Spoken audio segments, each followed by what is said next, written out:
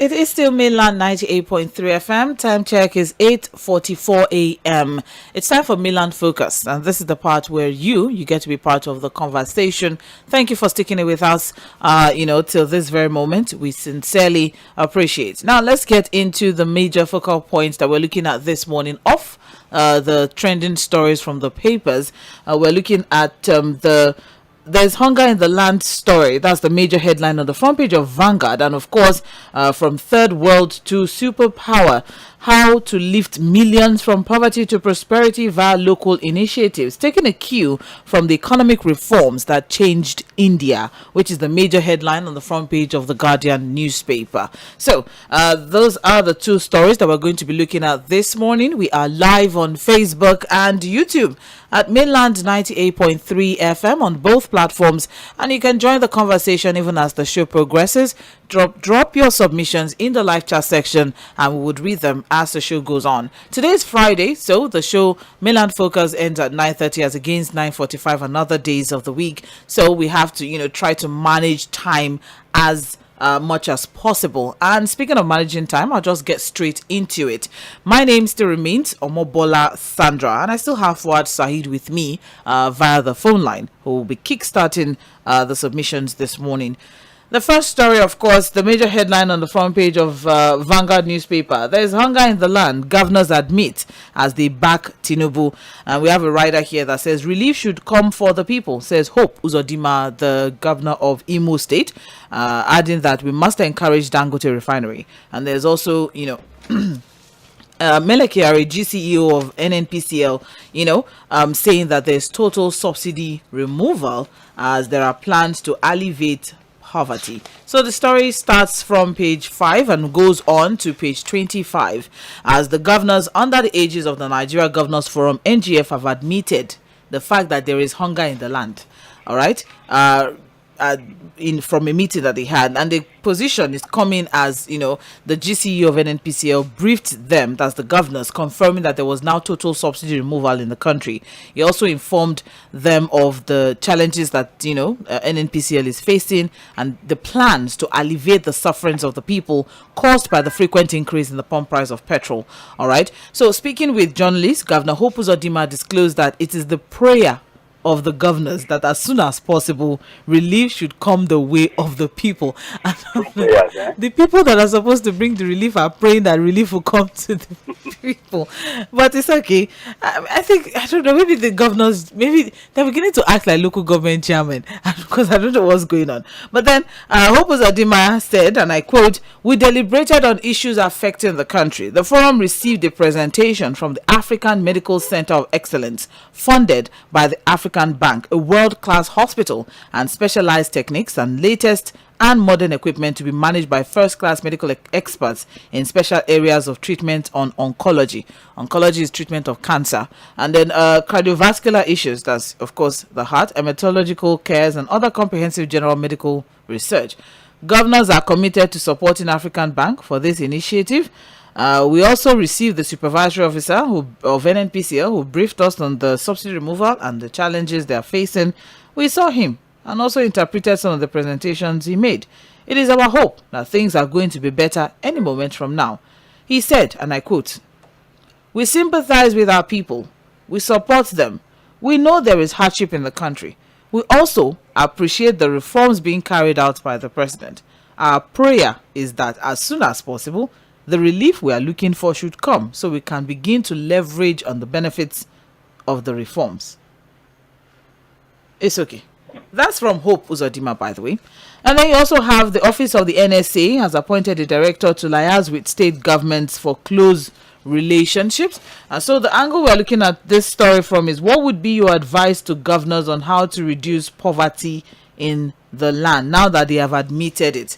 And this is not the first time that they'll be admitting this. 2 months or a month or so ago, there was a governor in the north who said, oh yes, people are suffering, something needs to be done and all of that. But of course, what can be done by a governor? I mean, he's just the governor of a state. What can he do? It's okay. Anyways, the cost of doing businesses in Nigeria, the governors are also saying they are committed to supporting the president to ensure that the interests of the people are properly protected. But we're asking you, what would be your advice to the governors on how to reduce poverty in the land now that they have admitted it, and as they are supporting the reforms, because they are supporting the reforms that is bringing the hardship? So what do you think they should do in the interim, since they believe in the reforms? What do you think they should do in the interim before there's a manifestation of the goodwill that these reforms have for the people of the country? The second focal point is major headline on the front page of The Guardian: from third world to superpower, how to lift millions from poverty to prosperity via local initiatives. That's the major headline on the front page of The Guardian newspaper. So there's a lot of lessons to be learned from the economic reforms that changed India, and we're asking, what are the major lessons for Nigeria on how India was able to achieve it? There's a lot that they said there's a self-help model. All right, there's a self-help model. There's also the fact that engaging women, all right, engaging women to lift the family out of poverty. There's also the fact that some political, economic, and some other roles that had to be played out as well. And India believes that the global south has to be a much larger and more vocal participant in finding solutions to intractable global issues. All right, so the exportation of solutions to other parts of the world, the exportation of talent, the exportation of human resources. That's what India had been able to leverage on educating their people, making the environment easy for people to be able to establish, or to to establish what they have with their hands, which is of course self-help model of national importance. Bundelkhand is a traditional chokehold for endemic poverty, and they have been able to look inwards and see what can we do. So despite its large population, barely anything survives there. So so we're asking this question now, that what are the major lessons for Nigeria on how India was able to do it? Well, aside from India, there are other countries as well that have the grace to grass, or the grass to grace story. So what do you think can be done, since we are already edging towards that particular narrative as well? Third world country, poor country, worst performing currency in the world, and poverty capital of the world. There's so many things that have been ascribed to Nigeria in recent times. So how can we get ourselves out of it? We'll start with Fuad, and then we open the phone line. Well, on the issue of widespread poverty in the land, and the governors admitting that there's a problem with it, and that but again they are so happy with the reforms. I'm not going to go into the conversation of the reforms and how it has been applied, and why we are where we are now. I'm just hoping that the governors will understand that, look, a lot of what it requires to get people out of poverty lies in their hands.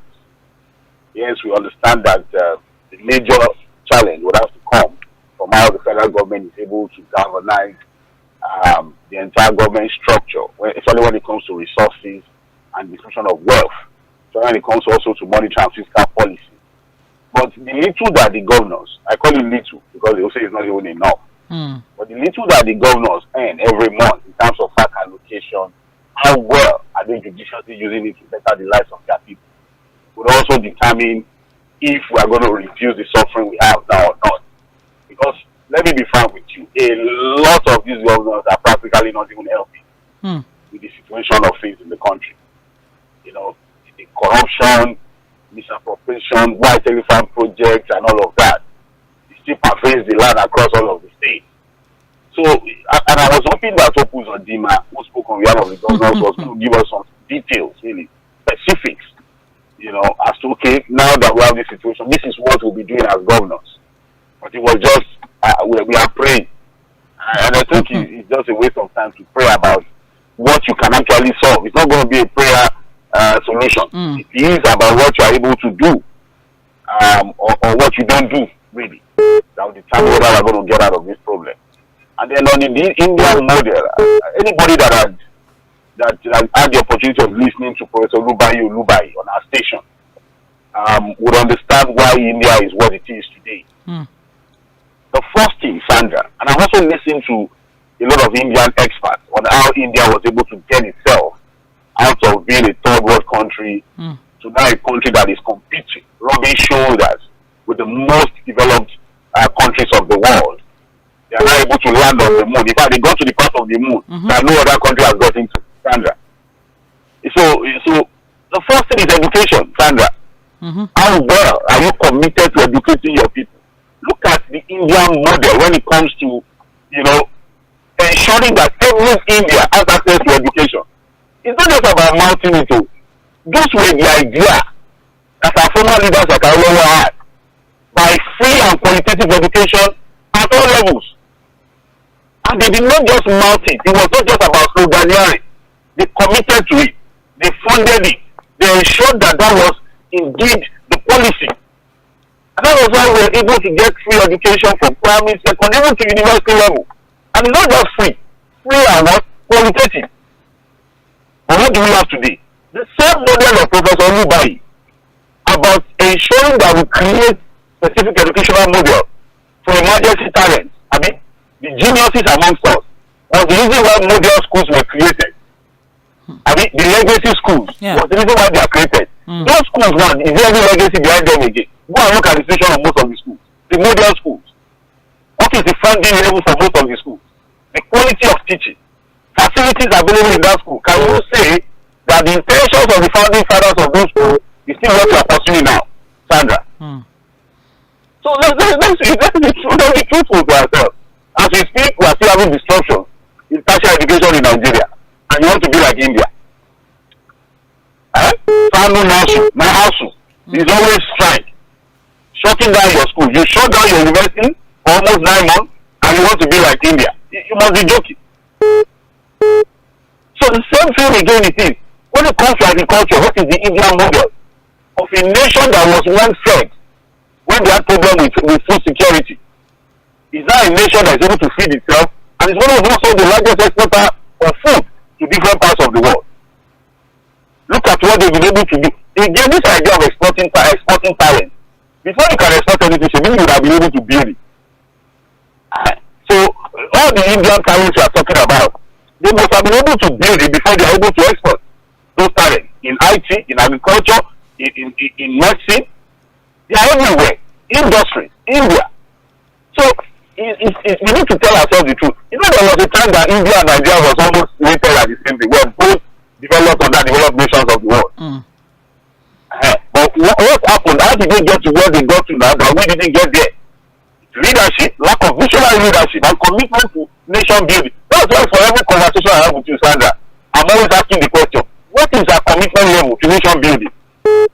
We are still stealing money. We are still extremely corrupt. We are still ensuring that we weaken our institutions to build strong men who will continue to disrupt our electoral system, our institutions. And look at the rivers matter. You think that what we are tolerating in rivers will lead us anywhere as a nation? All right. Let's continue to deceive ourselves. God bless Nigeria. Amen. Thank you very much, Saifad. I appreciate your submission. Oh, I wanted to say something to Fuad. Just goes off just like that. But I just wanted to say to Fuad that I hope he has seen the news as regards, the release of Dr. Ganiat Kpokwala, because I know that, he was heavily invested in that particular report. So good news. She has been released, and so grateful. After 10 months, she has been released. And this is really huge news anyways, as we go into, the end of the year. Abducted some 10 months ago, the female doctor. I don't know if you remember the story. But then let's move on now to the stories that we're looking at this morning, the focal point. What says you? 0913-6000-410. That is the number to call. We are also live on Facebook and YouTube at Mainland 98.3 FM, so you can drop your submissions as well. For WhatsApp messages, the number to send them to is 0913-6000-430. 0913-6000-430. So let's have a conversation. For those who will be calling in, you have just 2 minutes. Please, let's stick within the 2 minutes time frame. Would really appreciate if we can respect that. All right. So you have just 2 minutes, and please let's keep things clean. Hello. Good morning. Good morning, Madam Sandra. Good morning. My name is Robert. You're welcome. I'm so happy I'm the first caller to go on mainland. Very big to God. I'm telling you, good morning. I think one of your focal points is governors are crying that there is order of the land. Have you? Yes, correct. All of us, including myself, all of us are blaming Tinubu. Though I'm not a supporter of Tinubu, but all of us are crying there's order of the land. You know, we are down of hunger, the policy is not good, you know, hardship, but the fact is that we should ask our governors, the money they collect from the federal government every month, what do they use it for? What do they use it for? Isn't that in this country that one single governor looked at billions of naira, is it not part of the money that is being allocated to that state? They should tell us, the governors that are elected people, how have they better the life of their people? Which industry are they good? That is the question. Because every month, the federal government they will collect money from where are distribute it to the state of the federation. And the governor will still have goals to come out and tell us that there is hunger in the country. I don't understand. So this thing, it is the governors are our major problem. The state governors are our major problem in this country. I know that the federal government has the answer, but the major problem of this country, the hardship in this country, are the state governors. Thank you very much. That's my contribution. Yeah, thank you very much. I appreciate your contribution. All right. Hello. Good morning. Good morning. Good morning. Hello. Good morning, ma. Good morning. This is Kangolina. You're welcome, sir. My guy is here around. Good morning, sir. Wait, he's listening. Okay. You see, when the governors come out and tell you that there's hunger in the land, I look at it like when somebody comes to beat you, somebody is bullying you, and your father comes around, so what's happening? So that man is beating me. Instead of him to fight the man, he's not supporting the man. Are you with me? I'm with you. So I think these governors are only better than the person that is even tormenting us now. They are not better than him. And we're asking what should the governors do? Why can't you stand up and tell this man, look, what is happening is the fuel subsidy that you took away, and you people are now enjoying and sharing the money among yourselves from that aeroplane. Tell him to himself that look, this fuel subsidy, bring it back to these people. This is what is killing Nigeria. There is nothing more. This is what you are doing that is killing Nigeria, and you are saying you are supporting him. You are supporting the person that is giving us the hardship. And so what are you telling us? There is no sense in what they are telling me at all. I don't even know what they are talking. Oh, you are backing his reform, and they say, very soon. But I don't want anybody to push that narrative to me. The situation just works and first keeps on jumping. The price is now one something, 1, 2, or 1, 3. And you are telling me that the situation will improve. You will support the man who is tormenting us, punishing us.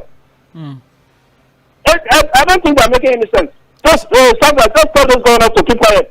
It's all right. We have had enough of all of them. They are together with the man tormenting us. Bye-bye.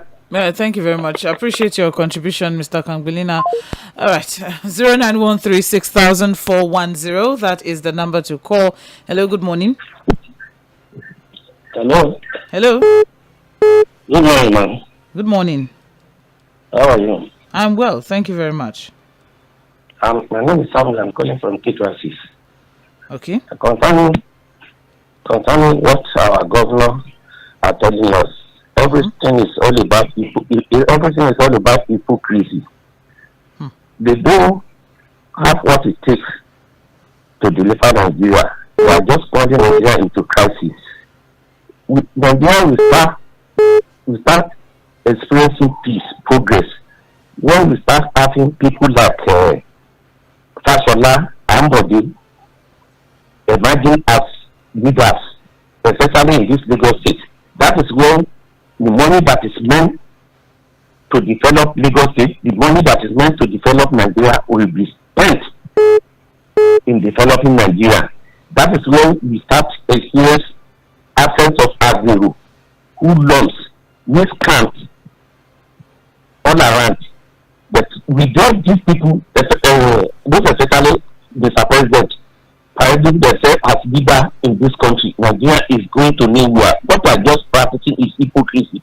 They are just deceiving us. They realize that there's hunger in the land, and they are praying. One government is praying for us that I laugh. The other Nigerians realize that they have entered one chance. The other Nigerians realize that all these people, they lack integrity, they lack intellectual capacity, they lack political will. The better. They don't have anything to offer. God bless you. Thank you. God bless you as well. Thank you very much. Appreciate your contribution. Hello. Hello. Good morning. Good morning. Yes, my name is M쏘ɪᴜᴜ. You're welcome, Mᴏ. Ma? You're welcome. Okay, thank you. Once again, good morning. I have you are first with the first thing is on governance when that people are confirmed that people are hungry, Abi. Yes. That's very good. It's acknowledged. Thank you. Okay. The second one is Lɪධᴇ briefed them that there is now total removal of subsidy. Abi? Yes. Good. The implication is that we can buy fuel now at the rate of 1,500, 2,000 naira. That is it. Abi? Yes, I'm with you. Good. So this is phase one of the hunger and hardship. That's why we are facing now. Because we don't know how hunger will be when the fuel, the liter of fuel gets 1,500 to 2,000 naira. You see, I've said this thing before, I will still repeat it. I'm not a prophet of doom and I'm not stupid. But also that I know my brain is okay and my IQ is okay. What happened in Sri Lanka definitely will happen in Nigeria. Because you can't put people to extreme poverty, and then you don't expect them to react. They will react, and their reaction will be in any form. During the protest of bad governance, they indict people and say that they prison whatever. Okay, fine, it has gone. But why we call cannot be contained. Those governors, they should know that the security of their state. But the security, they are not in charge, only in their state. If there is any crisis, they can't contain it. You can't tell me that you have removed subsidy completely. The people are said, the governor has said that they are still in support of the policies of Mr. President. If they acknowledge that there is hunger in the people, in the land, they should tell Mr. President that, Mr. President, sir, these policies are hurting our people. Reverse these policies.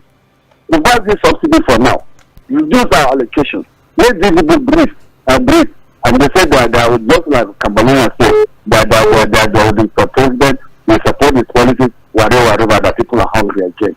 Just like somebody is killing a child and giving sweet and tom in his mouth. You know? But time will tell. Time definitely will tell. Thank you. Time will tell. Okay. Time will tell. Time will tell. It's okay. Time will tell. Thank you. It's all right, Mᴏ. It's okay. Tell us everything, Sandra. It doesn't Thank take time. God. Hello? Let me talk. All right. Good morning to you. Good morning, sir. Good morning to you, Sandra, Engineer Nii from Yap. Yes. You're welcome, sir.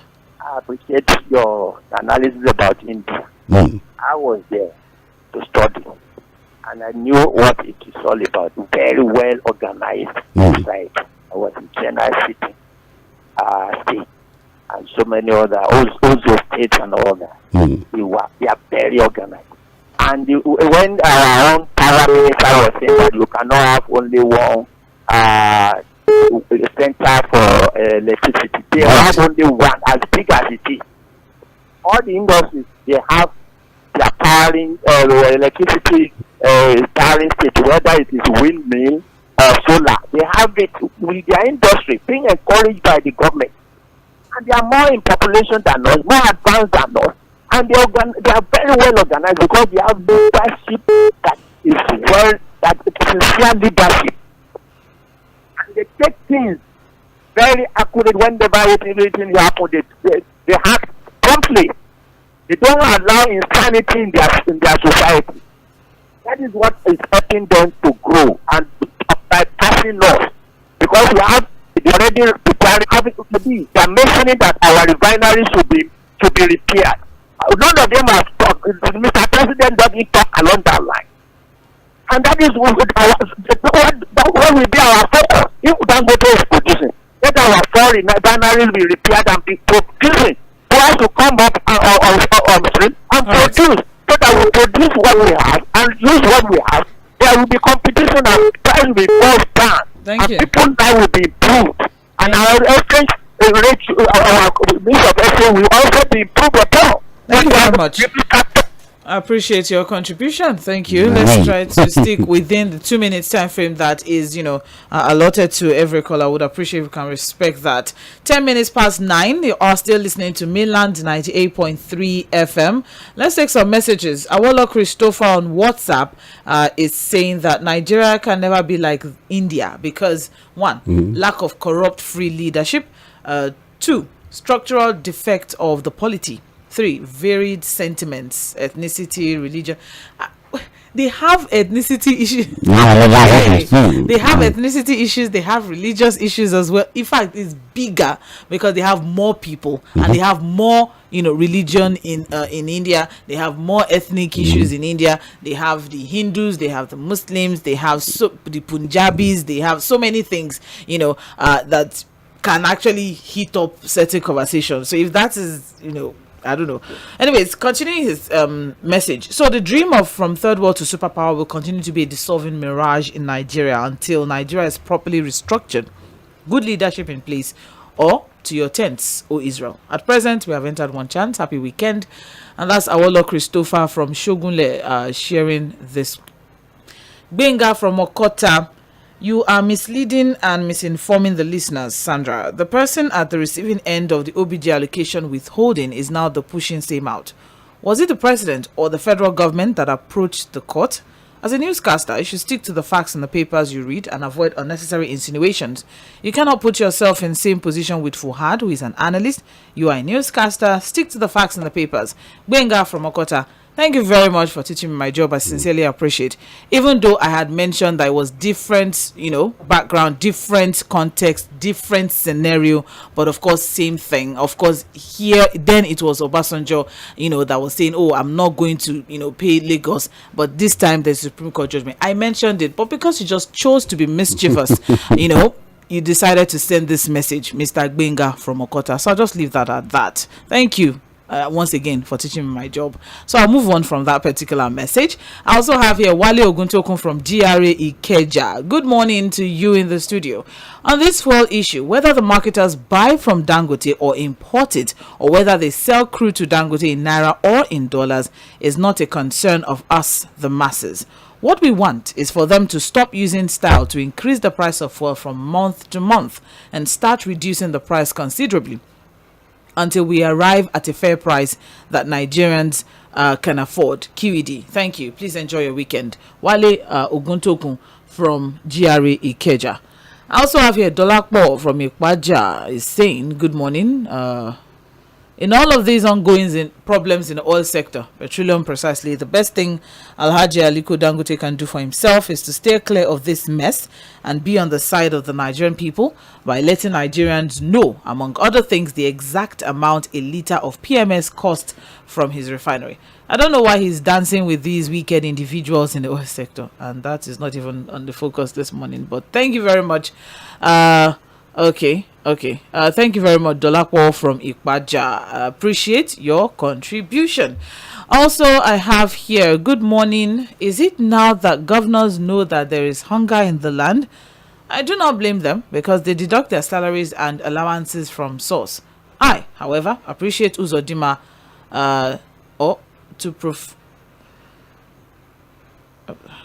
I wonder who initiated cash transfers as a means to alleviate poverty. They should go to India, Singapore, and Dubai for lectures. People are dying, and that's Ifeanyi from Asheshim sharing that one on WhatsApp. Let's go back to the phone line now. Hello, good morning. Sandra. Good morning. Let me do it word over there. That's right. What? God bless all of you, bless your management, and bless my beautiful country, Nigeria. Amen. Thank you for seeing me. My name is M쏘ɪᴜ, calling you from my move office. You see, now the governor know we are hungry, and we have been telling them we are hungry. That is why, for me, I don't waste my credit card. I always give advice when necessary, criticize when necessary, and praise when necessary. I've been advocating for mechanized farming. Now, what our governor doing? Go back to the land. During the time of Papa, we do have farm settlements in the western region. Today, we are having governors where they say it's totally insolvent to region or to region. Is it not the same governor we head out those regions? Now, we have fertile in the western region, western Nigeria. Go back to the land. When you give a farmer free fertilizer, that's subsidy. Give them free loan without interest, that is a subsidy. Buy over what they grow, whenever the harvest is. Store it for any day, but build storage in every local government, every ward, every state. By the way, when the time of scarcity come around, you release this for the people, for them to feed themselves. We're married today is to feed ourselves. Second is other things. So for me, you must go back to the land. And I'm advocating this every time. And that is my logo now. The government, the money you are shining, considering you are shining now. How do we spend it? Where do we put it to?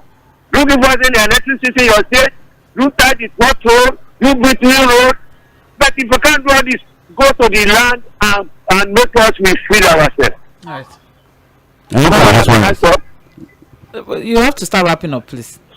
Okay, I say thank you. All right, thank you very much. I appreciate Mr. Prince Wise, rather. Thank you. 091360410. That is the number to call. Hello, good morning. Hello, good morning. You're welcome. Thank you, Mr. Fᴜᴜ. Yes, sir. Yeah.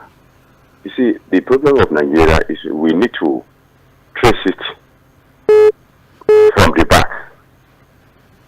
Actually, our president, he met the problem on ground. Somebody has something. Somebody is making use of something. And then you want to remove it. What? And you know that thing is important to the person. What do you need to do to have a replacement? Fine. You remember what? In the day of swearing in, President Tinubu said he doesn't want to join the cabal who are making the subsidy. And that is why he bent in removing it. Or, let's say they are believing to remove it. But you need to be reasonable, to the importance of this subsidy. What the consequences? And that is where our president, that is where he failed, he derailed in looking for alternative because of the genuity and importance of this petroleum issue. Like we said, the refinery is there. If you tell Nigeria, look, gentlemen of Nigeria, ladies and gentlemen, give us 6 months or 1 year. 1 or 2 refineries will come up. We will know what we are fighting our best for. But up to now, nothing is coming in. You are not introducing tax or no tax reform. You see, the whole Nigeria is not like Lagos. So. Do you know how many taxes we are paying in Lagos? Every corner you can, normal, this, that, so many. You cannot repeat that in a federal level. It's not possible. Nobody says it's going up like Lagos. So, you see, that is why I expect our president to save Nigeria first. Nigeria needed somebody that will save him from this calamity. We knew most of these issues have been. Look, how many decades our refinery has gone down? But if President Tinubu can save Nigeria from this problem, and you resuscitate even too, Nigeria will not forget him. You are referring to Aᴏᴏᴏ. What is Aᴏᴏᴏ?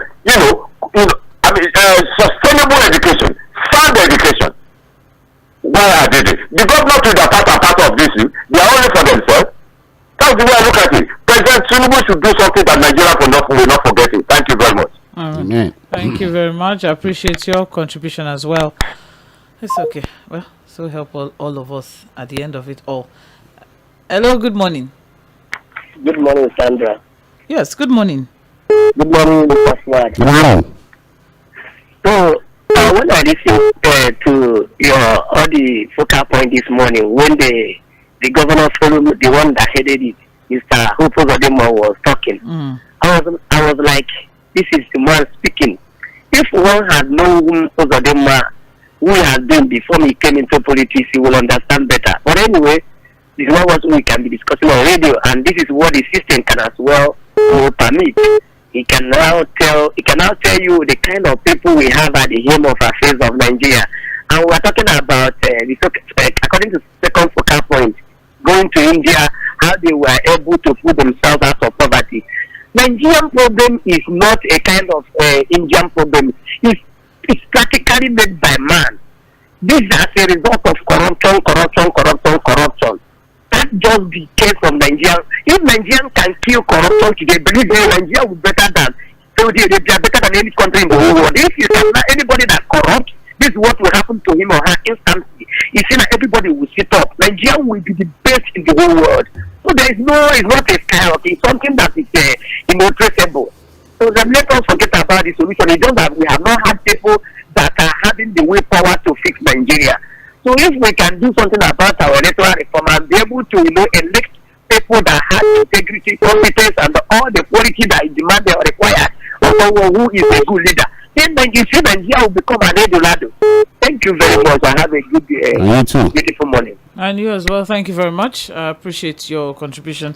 We'll take some Facebook messages here now. Basil Chika on Facebook. Have you asked yourself the question why all these reforms and policies always in the favor of political class instead of other way around the masses?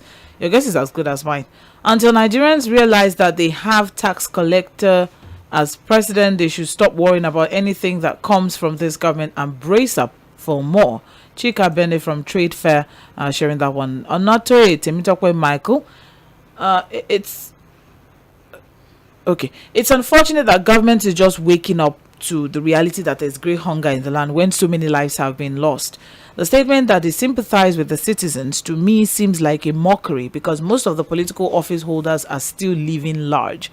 There is no doubt that the removal of subsidy on fuel and flotation of the naira are the major causes of the economic woes in the country. The solution is to fix the refinery or, on the short run, cooperate with Dangote, come up with how the pump price can reduce to at least 500 naira per litre. The government should also ensure adequate security for farmers so that they can go to farm and increase food productivity in the country.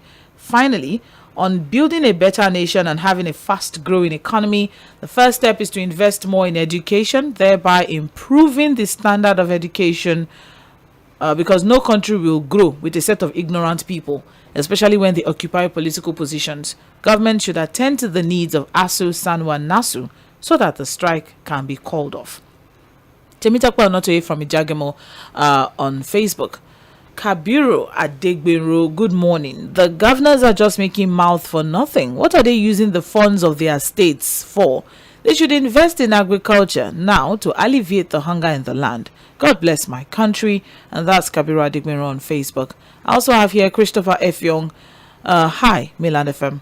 It's of importance to me and every other lovely Nigerians that Nigerian governors have admitted that there is hardship in the country. And it's also good that they have started praying. Please, may we Nigerians know the church and mosque that they are doing the prayers so we can join them. Let me ask the governors this question. Palliatives given to them by federal government to share to the people, where are they? Governors are the cause of the problems. They should tell us that they want to get more certain allowance for themselves. God bless my country. And that's Christopher F. Young sharing that one. Also, Chris Ewalen is saying, until we have leaders whose primary purpose for assuming leadership is to serve the people, provide solution to the myriad of problems plaguing the country, and stop churning out anti-people policies, nothing will change. As it is, this president and the governors are not willing to attend to the plight and lamentations of the masses. They should stop this hypocrisy and provide purposeful and visionary leadership. And that is Chris Ewalen sharing that one right there on Facebook. Prince Leo Ozoma also has a message here. For us to dream of being like India or other countries or developed countries, we must first address certain important fundamentals first. We don't have leaders driven by vision. We don't have national vision. Unity is lacking in our coexistence and cohabitation and many more. If this high level of insecurity in Nigeria is not addressed to its nearest minimum, such that both professional and non-professional farmers can go back to the farm, basically everything stops at the table of the president. Leo Ozoma from Isolo sharing that one. Okay, so let's go back to the phone line. 0913 60410. Hello, good morning. Good morning. Yes, good morning. Good morning, sir. Good morning, sir. Good morning, sir. Yeah, Peter Monto from Shomolu. You're welcome, sir. India have gone to the moon, the part of the moon that nobody has gone to. Where are we today? We have not even gone above the roof of a one-story building. Our own, we are going down. Other countries are going up. Now, if we want to compare ourselves with India, I want to ask this question. How many of the Indian farmlands are controlled by terrorists? How much government money are being stolen in India? What do they do with people that loot the government treasury? How do they treat criminals there in India? You see, the Bible tells me as a Christian that righteousness exalts a nation and sin is a reproach. So if corruption is a sin, if criminality is a sin, then that's a reproach that Nigeria has subjected ourselves to. I mean our leaders in that context. Also, the man said we should pray. I think I quoted it last the other day, whether yesterday or before yesterday, that the report that came out some months ago says Nigeria and Afghanistan are one of the two of the most trying nations in the world, and they are the most terrorized and the most corrupt. So, what are we talking about, Uzbarima? You know what to do. Farmlands have been taken over by terrorists. You don't tell people to do something. We have the list of the people that are sponsoring terrorism in Nigeria. You don't tell Mr. President, release the name. Let us know them. Let us show them, so that we can secure the farmland for people to go to land and feed Nigerians. And they are telling us to pray. You should continue to pray. You know one thing? Faith is a reproach. If Nigeria does not go for national repentance Thank you. and turn around, we cannot get anywhere. Very unfortunate. Thank you. You have a nice weekend. And you as well. Thank you very much. I appreciate. To wrap things up with a few messages, unfortunately, that's the last call we can take for this morning. I have here, good morning. Sometimes I wonder if these politicians understand what they are doing or what they are saying. Please, the governors can do better. Gas and foodstuff is expensive. To get a living cow at abattoir is too expensive. They should bring the price of food down. And that's Isioma from Abulegba on WhatsApp sharing that one. I also have here Victor Aloigboke. For the position of the governors on the hunger ravaging the land is highly hypocritical. They are merely grandstanding. They are trying to say something, but because of their mediocre and cowardly nature, they end up saying nothing. I get more provoked whenever I hear Tinubu's reforms, and I can tell you without any fear of contradiction, there's no reform anywhere. Instead, the only thing you can see, tax, just to raise money from the suffering masses to continue their squander. From the way we are going, Nigeria will go down irredeemably under our very eyes, while we keep pretending and grandstanding about non-existent reforms. Victor Aloigboke sharing that one on WhatsApp. We also have here on James from Agbado. When I listen to the comments of Hope Uzodinma, I was laughing in Latin. If you know what Uzodinma was doing before he joined politics, then you understand better. But that's not what we can be divulging on air. Better. The fact remains, this is what the system permits. It tells you the kind of people we have at the helm of affairs. Nigeria problem was caused by Nigerians, not a problem per se. James from Agbado Junction, thank you. It's okay. I also have here Pastor Sunday from Magboro. Countries that have lifted their people out of poverty didn't embrace corruption as a way of life. People at the helm of affairs of those countries of the world have financial discipline in all ramifications. But in Nigeria, that's not what our so-called leaders practice. Our country's president and governors, if it were another country, is supposed to be in prison for corruption charges. Pastor Sunday from Agburu, thank you very much. Oh, okay. All right. All right. I also have here FM from Ogun State. The governors are the owners of lands in their state. They should invest massively in agriculture, collaborate with federal government programs. Okay, that's FM from Ogun State. Shared quite a lot, but unfortunately, we have totally run out of time. Thank you very much for your time, Fouad Saheed. Thank you for having me. Thank you for joining us. For everyone who called or shared their messages, I would like to sincerely apologize if we were unable to take your message or take your call. The conversation always continues on Mainland FM. By 4 p.m., Mᴏᴏ Akinode will be in the Situation Room. By 6 p.m. on Sunday, Saheed Fouad and his League of Analysts would also be on Political Roundtable. So stay with us, stay tuned. My name still remains Omobola Sandra. This is Mainland 98.3 FM.